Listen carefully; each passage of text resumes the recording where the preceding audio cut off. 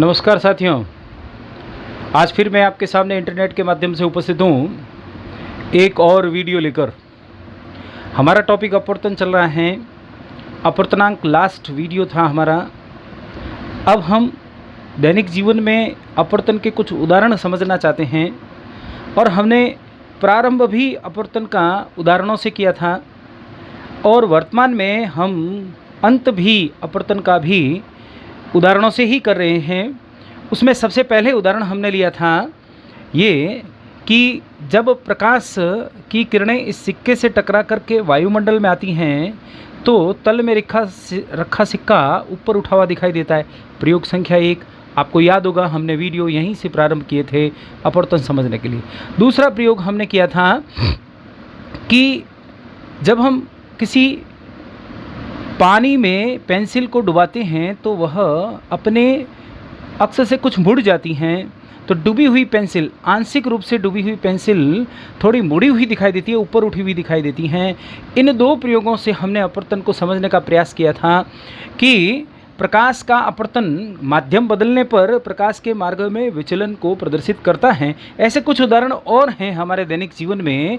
इस उदाहरण को हम ले रहे हैं अपवर्तन के कुछ उदाहरण के अंतर्गत। सबसे पहला हमारा उदाहरण है दैनिक जीवन में सूर्योदय से कुछ समय पूर्व और सूर्यास्त के कुछ समय पश्चात तक सूर्य का पृथ्वी पर दिखाई देना। यानी कि सूर्योदय नहीं हुआ है, वास्तविक स्थिति सूर्य की ये है, लेकिन यह कुछ समय पूर्व ही दिखाई देने लगता है। इसका कारण क्या है? हम अपने भारतीय पंचांग में इस व्यवस्था को देख सकते हैं। सूर्योदय का समय लगभग 2 मिनट पूर्व दिया हुआ नहीं होता, लेकिन सूर्य 2 मिनट पूर्व दिखाई देने लगता है, जबकि उस पंचांग में 2 मिनट पश्चात का समय दिया हुआ है। वास्तव में सूर्योदय हमारे भारतीय पंचांग के अनुसार 2 मिनट बाद में उदय होता है, जबकि दिखाई 2 मिनट पहले दिखाई देने लगता है। हमारा भारतीय पंचांग इस विशेषता को रखता है, वह इस ज्ञान को पूर्व में ही रखता था। अर्थात भारतीय पंचांग एक वैज्ञानिक विधि को प्रदर्शित करने वाला एक साधन है। अब इस स्थिति में हम उस स्थिति को समझने का प्रयास करते हैं कि यह कुछ अवधि पहले क्यों दिखाई देने लगता है। तो हम यहाँ पर आपको एक बार पहले भी मैंने समझाया था कि ये प्रकाश का निर्वात में गमन, सूर्य निर्वात में उपस्थित हैं, यानी कि अंतरिक्ष में उपस्थित हैं। अंतरिक्ष है यानी निर्वात में प्रकाश का वेग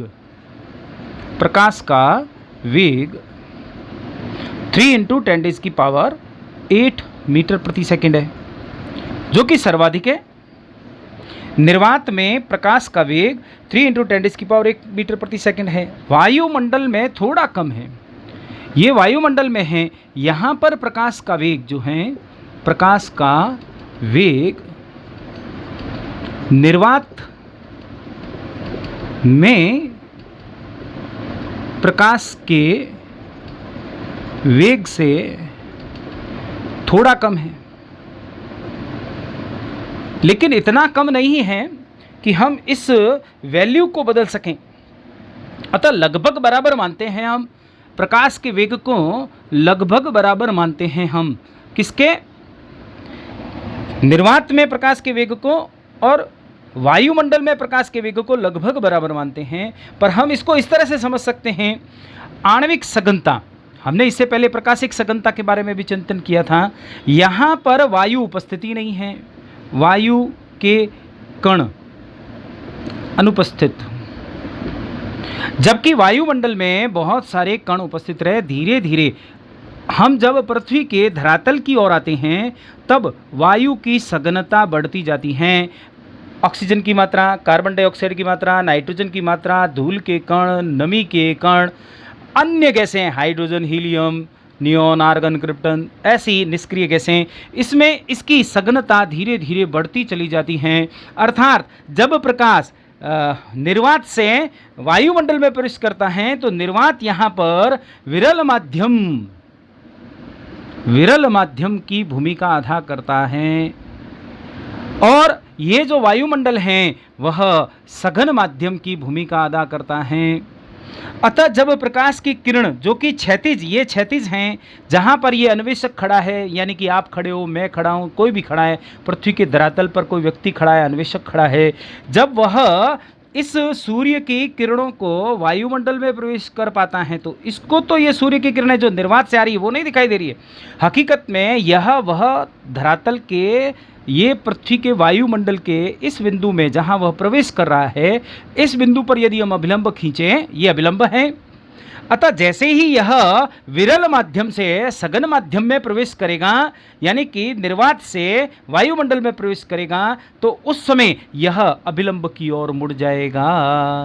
अभिलंब की ओर मुड़ेगा तो इसका कोण I कोण R से अधिक होगा और R कम होगा। अतः यहाँ इस किरण को यदि हम निरपेक्ष रूप में देखें तो ये यहाँ इस जगह पर दिखाई देगा, जबकि हकीकत में है प्रकाश की किरण आ रही यहाँ से है, लेकिन इस अन्वेषक को दिख कहाँ रहा है, ये किरण इस सीध में दिखाई दे रही है कि इधर से आ रही है। अतः सूर्य की ऐसी हजारों लाखों किरणें इसमें इस तरफ अन्वेषक की तरफ मुड़ जाती हैं। अतः यह सारी बिंबित इस स्थिति में सूर्य दिखाई देने लगता है। तो सूर्योदय के समय कुछ समय पूर्व ही दिखाई देता है। अभी वैज्ञानिक शोध के अनुसार, मैंने अभी पंचांग की बात की थी, उस समय भी बताया था कि ये जो अवधि होती हैं वह 2 मिनट की होती हैं, कि वास्तविक स्थिति से 2 मिनट पूर्व ही सूर्य हमें उदय स्थिति में दिखाई देने लगता है। तो हमारे दिन की अवधि 2 मिनट सूर्योदय के समय ही बढ़ जाती है। उसी प्रकार से हम यहाँ इस तरफ आ रहे हैं सूर्यास्त की तरफ। सूर्यास्त में भी कुछ समय बाद तक दिखाई देता है, यानी सूर्य यहाँ आ चुका है, सूर्य इस दिशा में आ चुका है, यहाँ आ चुका है। यहाँ से प्रकाश की किरण जब चलती हैं तो वही जो यहाँ समझा है वो यहाँ समझना है।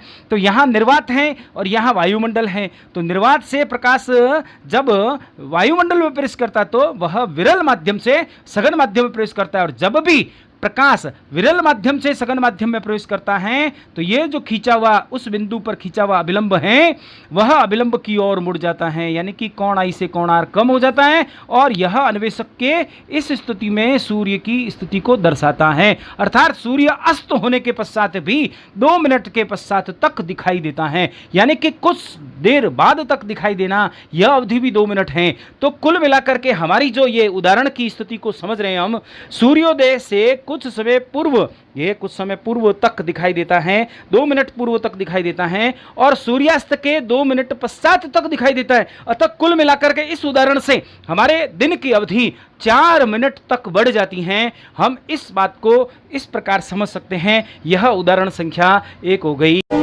मालिक तेरे बंदे हम ऐसे हो हमारे करम,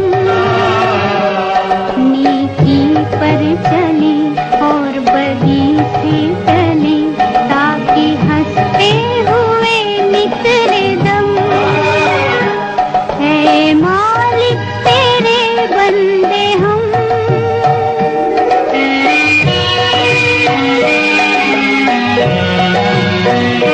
बड़ा कमजोर है आदमी, अभी लाखों है इसमें कमी, पर तू जो खड़ा है दयालु बड़ा, तेरी कृपा से धरती थमी।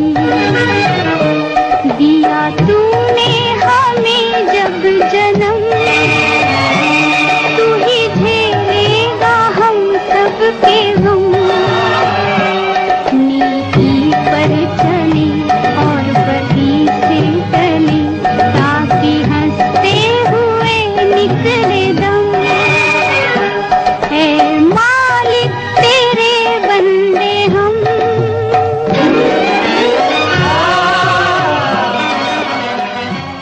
परावर्तन, दूसरी घटना। अपवर्तन के उदाहरण का प्रमुख दैनिक जीवन में अपवर्तन की दूसरी घटना करने जा रहे हैं। ये कुछ विशिष्ट घटनाएं हैं। उन विशिष्ट घटनाओं को हम पहले समझेंगे, फिर परिभाषा लिखेंगे। यहाँ पर हमने एक स्थिति बनाई है कि जब प्रकाश सघन माध्यम से विरल माध्यम में जाती है, प्रथम माध्यम सघन है, दूसरा माध्यम विरल है। पहली घटना हम करने जा रहे हैं। पहली घटना में हमने कोण I, यहाँ पर I1 लिख दिया मैंने, क्योंकि हम इसी माध्यमों को ध्यान में रखते हुए 3 घटनाएं करेंगे। उसमें हमने एक आपतन कोण रखा P बिंदु से कोई P ऑब्जेक्ट हैं, यहाँ से प्रकाश की किरण सघन माध्यम से विरल माध्यम में जाती हैं। तो आप सब जानते हैं कि जब प्रकाश किरण सघन माध्यम से विरल माध्यम में जाती हैं तो वह अविलंब से दूर हट जाती है। यह अविलंब से दूर जाना इसको इस दिशा में चाहिए था, यह इस दिशा में रही है, यानी अविलंब से दूर हटती है। यह घटना एक उदाहरण है, हमारे अपवर्तन का उदाहरण है, और इस स्थिति को हम समझ सकते हैं कि अपवर्तन हुआ है।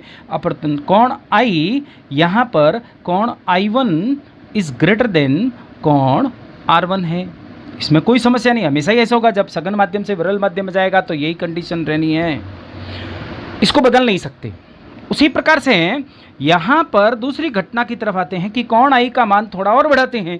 अब की बार हमने कोण I का मान I2 रखा है, तो स्थिति I2 की स्थिति जैसे ही हमने आपतन कोण को I1 से I2 यानी बढ़ा दिया। देखो आप गौर से देखो, ये कम था, ये ज़्यादा हो गया, हमने बढ़ाया इसको। तो आपतन कोण को बढ़ाते जाएं तो एक स्थिति ऐसी आएगी कि उसको जाना तो इस दिशा में चाहिए था, लेकिन वो चला इस पृथककारी पृष्ठ के समांतर चला गया, यानी कि अविलंब से 90 डिग्री पर मुड़ गया है प्रकाश का यह साधन।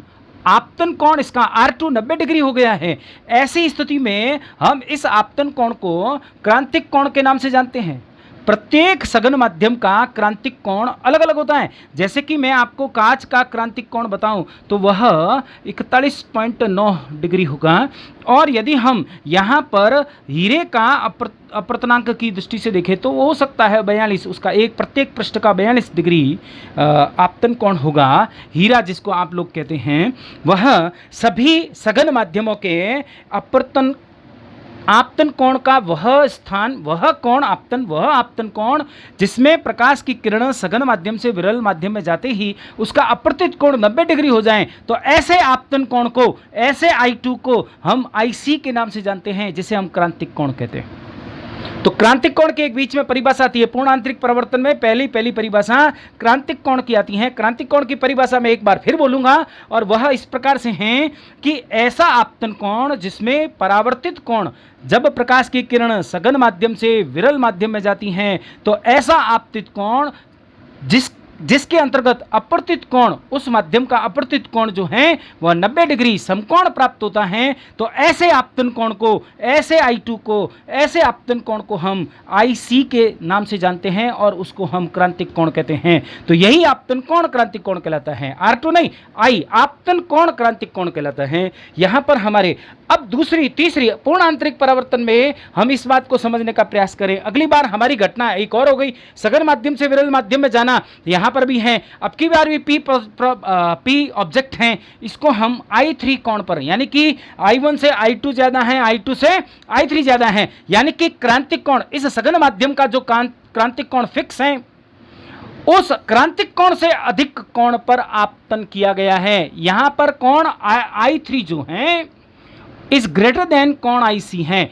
इस सघन माध्यम का जो क्रांतिक कोण है उससे कोण I3 जो है वह बड़ा है। हम इसको ऐसे भी समझ सकते हैं कि I1 से I2 बड़ा है, I2 से भी I3, यानी लगातार हम एक काम करते जा रहे हैं कि सघन माध्यम से विरल माध्यम में प्रकाश जाते समय आपतन कोण बढ़ाते जा रहे हैं। हम ऐसा भी कह सकते हैं। फिलहाल हम यहाँ बीच में एक इंटरवल किया, क्रांतिक कोण के बारे में समझा, तो यहाँ पर क्रांतिक कोण भी यहाँ I3 जो है वह IC, यानी कि इस सघन माध्यम का जो माध्यम 2 है, माध्यम 1 है, उसका क्रांतिक कोण है, उससे अधिक आपतन पर हम इसको कर रहे हैं। ऐसी स्थिति में यह समकोण पर, इसको जाना तो इस दिशा में चाहिए था, लेकिन इस स्थिति में तो ये 90 डिग्री पर चला गया। अब इसके पास में और कोई दूसरा रास्ता है नहीं, तो यह सघन माध्यम से सघन माध्यमी विरल माध्यम में जाने की अपेक्षा सघन माध्यम में चला जाता है। ऐसी स्थिति को हम पूर्ण आंतरिक परावर्तन कहते हैं। ये तीसरी घटना पूर्ण आंतरिक परावर्तन कहती हैं। इसको हम परिभाषित इस प्रकार कर सकते हैं कि जब प्रकाश की किरण के आपतन कोण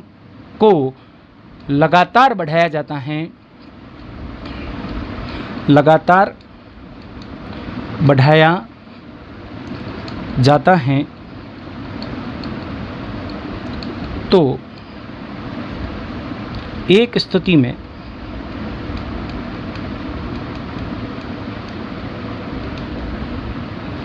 प्रकाश विरल माध्यम से विरल माध्यम में न जाकर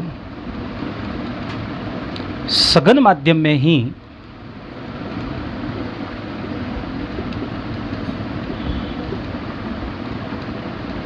अपवर्तित हो जाता है।